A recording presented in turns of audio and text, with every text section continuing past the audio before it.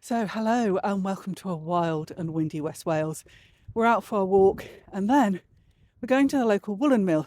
But yeah, I'm getting blown all over the place. But I'll turn the camera around, show you where we are.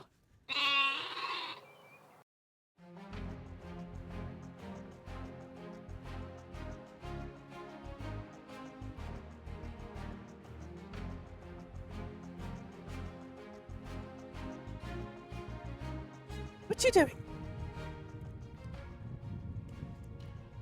Well, that was a bit wild. We're back in the car. I'm going to turn the car around, go up to the woolen mill, and it's not working today because we're on the weekend, but I'll be able to show you the old water wheel. It's not powered by water anymore, it's powered by electricity. The looms, they won't be in operation because, as I say, it's a weekend, and then we'll just pop into the shop and see what they've got to offer because they have lots of really beautiful Welsh wool products. Okay, so next stop, the woolen mill.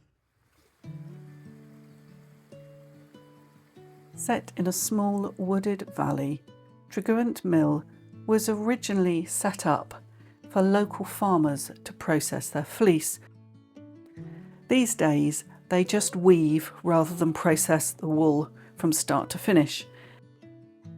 The original building is home to the looms, but there are lots of additions, including a shop and very good restaurant.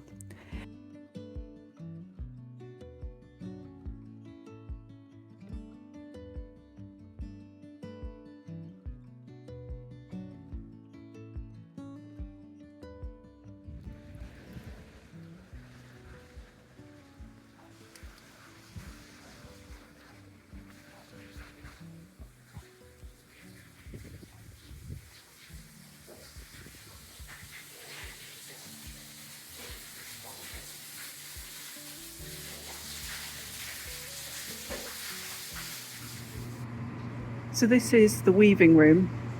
As you can see, they're not working at the moment. There's some extraction on which is a bit noisy. And they are weaving the tapestry blankets that they are famous for. And we're going to go into the shop in a minute and just have a little look at some of the finished products.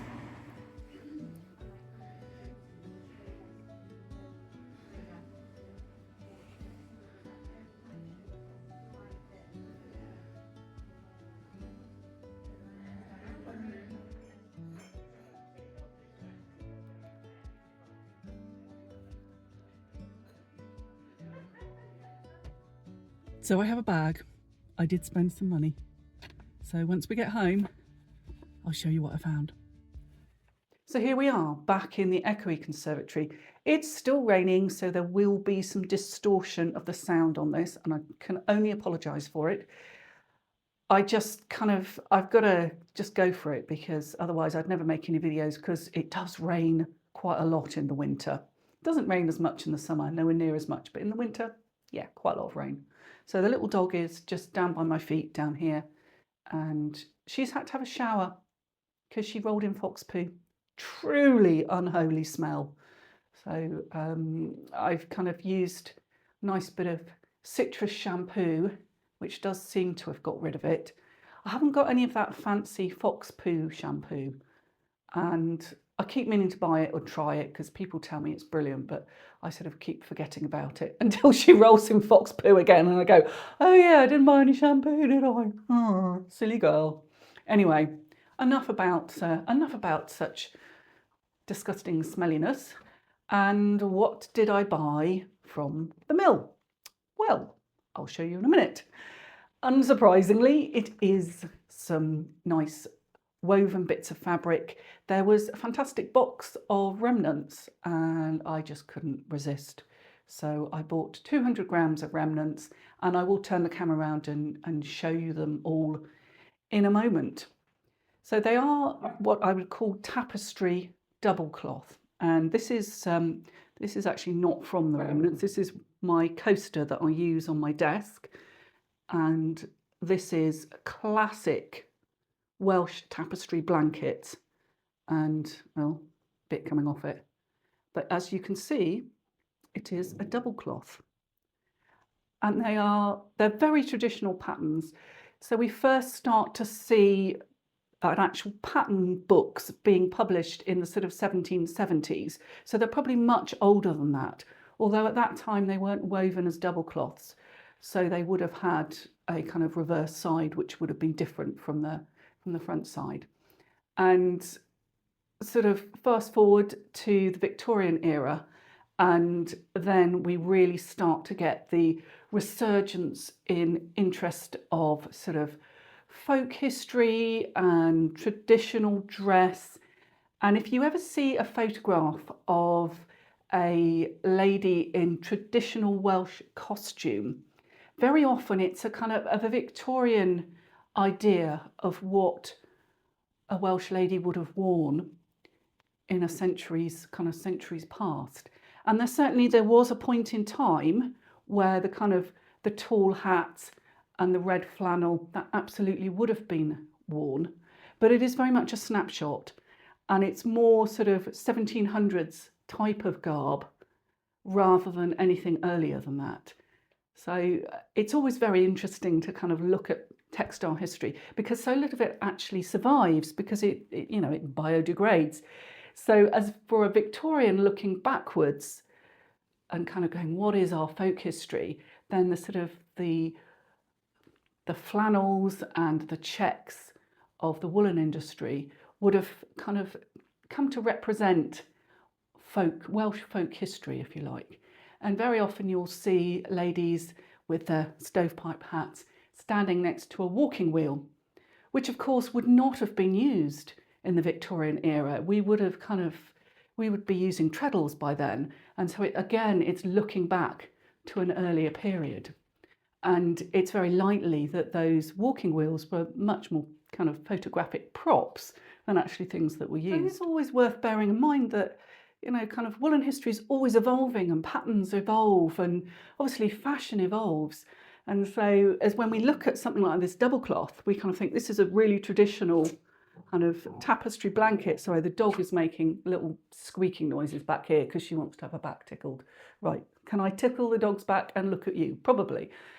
Yeah, so these double cloths probably didn't really start coming into existence until the 20th century. So by the 1960s, and if you live in the UK and you think of Welsh tapestry wool, I bet you think of a Mary Quant dress, because the 1960s was a real resurgence again. So we kind of get these kind of patterns of looking backwards and then forwards and backwards and then forwards, and so it evolves. And the patterns that I've got in here definitely kind of are looking back and forward, because they're very modern colours and quite modern patterns, but also they're looking back at a former time, an older time. So there is this incredible word in Welsh, hiraeth, which means nostalgia for a Wales that maybe didn't actually exist. And if you are a Welshman living in England, you might talk about having hiraeth.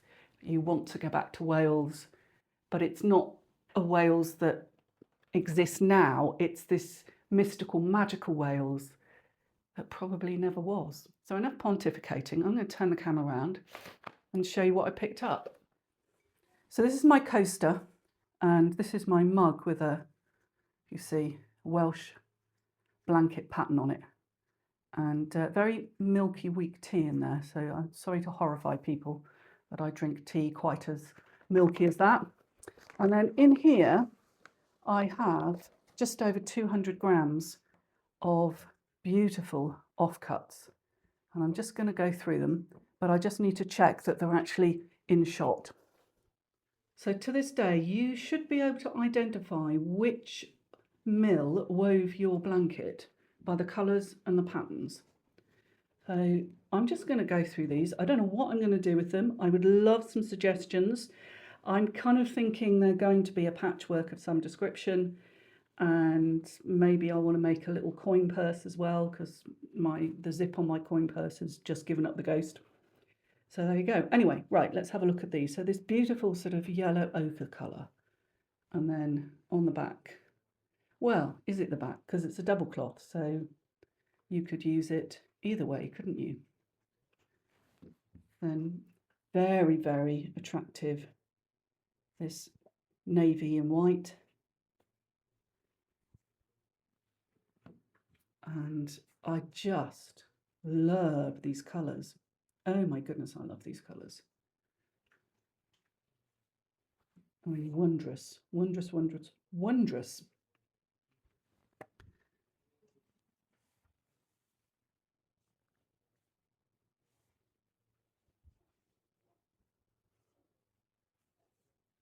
So you can see I've sort of got salvage edges and sort of bits and pieces, but I think I've got enough here to make something really attractive. And I just, oh, these colours are just fabulous. I mean, I would one day like to get to a point where I could weave something as beautiful as this. My weaving is still very much in the beginner's stage. I am waiting for the delivery of a second reed for my rigid heddle loom, but I ordered it and then it was out of stock, but I think it's now back in stock, so hopefully it's going to come fairly soon. Anyway, you can see, you know, you can really tell that the patterns are similar but different. Does that make sense? But oh my goodness, don't these colours just work so well together? So I think I want to do a pattern where I'm using both sides. So again, we've got this double cloth, the advantage of a double cloth. And these greens and pinks, I mean, I love green and pink together. I think they just are fabulous. But I was looking at sort of how fine the actual spinning of the yarn is. Obviously it's machine spun, but it's not that fine. I mean, I think I could spin a single of this weight without too much difficulty. And I mean, I did repeat a couple of them. So you have already seen that one. I think you've already seen that one. Oh, and then there you go. So £6 for 100 grams. I just couldn't resist it. I absolutely could not resist it. So I'm going to put all their details in the description so that you can look at them yourself. Quite a short video today, but I have been asked, particularly by people in the ply and dye community over in school, to actually show you the woolen mill. So I did, and I hope you enjoyed it. We have got quite a few mills that are kind of around us, and I'm going to go to the Woolen Museum where they actually spin yarn as well, but that probably won't be until the spring because that is a little bit further, so it is more of a kind of a family outing. And I do have to try and persuade Andrew that he really wants to go to a woolen mill. I'm not 100% sure he really wants to go, but because I want to go, he's going to go with me because he's nice like that. So on that note, I will say goodbye and I will see you in a few days' time.